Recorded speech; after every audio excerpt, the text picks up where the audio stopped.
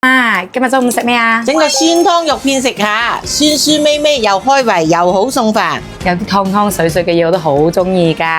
嗰啲肉呢，我整到佢爽爽滑滑，我又就加啲蔬菜落去，又有肉食，又有蔬菜食，又有湯飲。唉，聽見都流口水啊！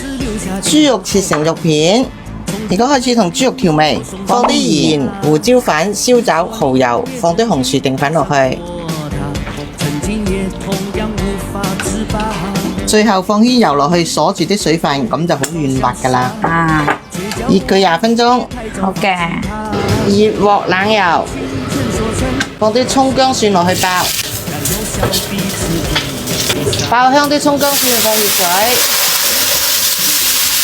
好食嘅關鍵就喺呢包泰式根酸湯嚟，我哋平時攞嚟煮酸菜魚、酸菜牛肉、酸菜肥牛都好好食噶。酸酸味味，好開胃嚇。係啊，倒2包落去，其他咩味都唔使放噶啦。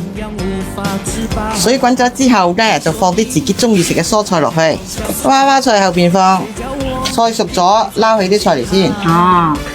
哇！呢啲菜好適合水煮啊！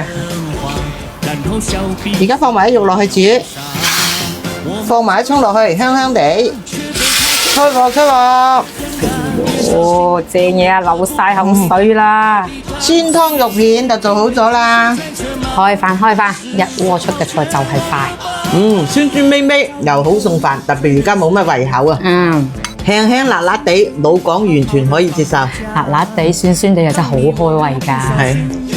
哇！啲肉睇落去真係好似好滑咁嘅。哇！好滑啊！一數就數得1就係啦。味道好正，唔使調味，啱啱好啊！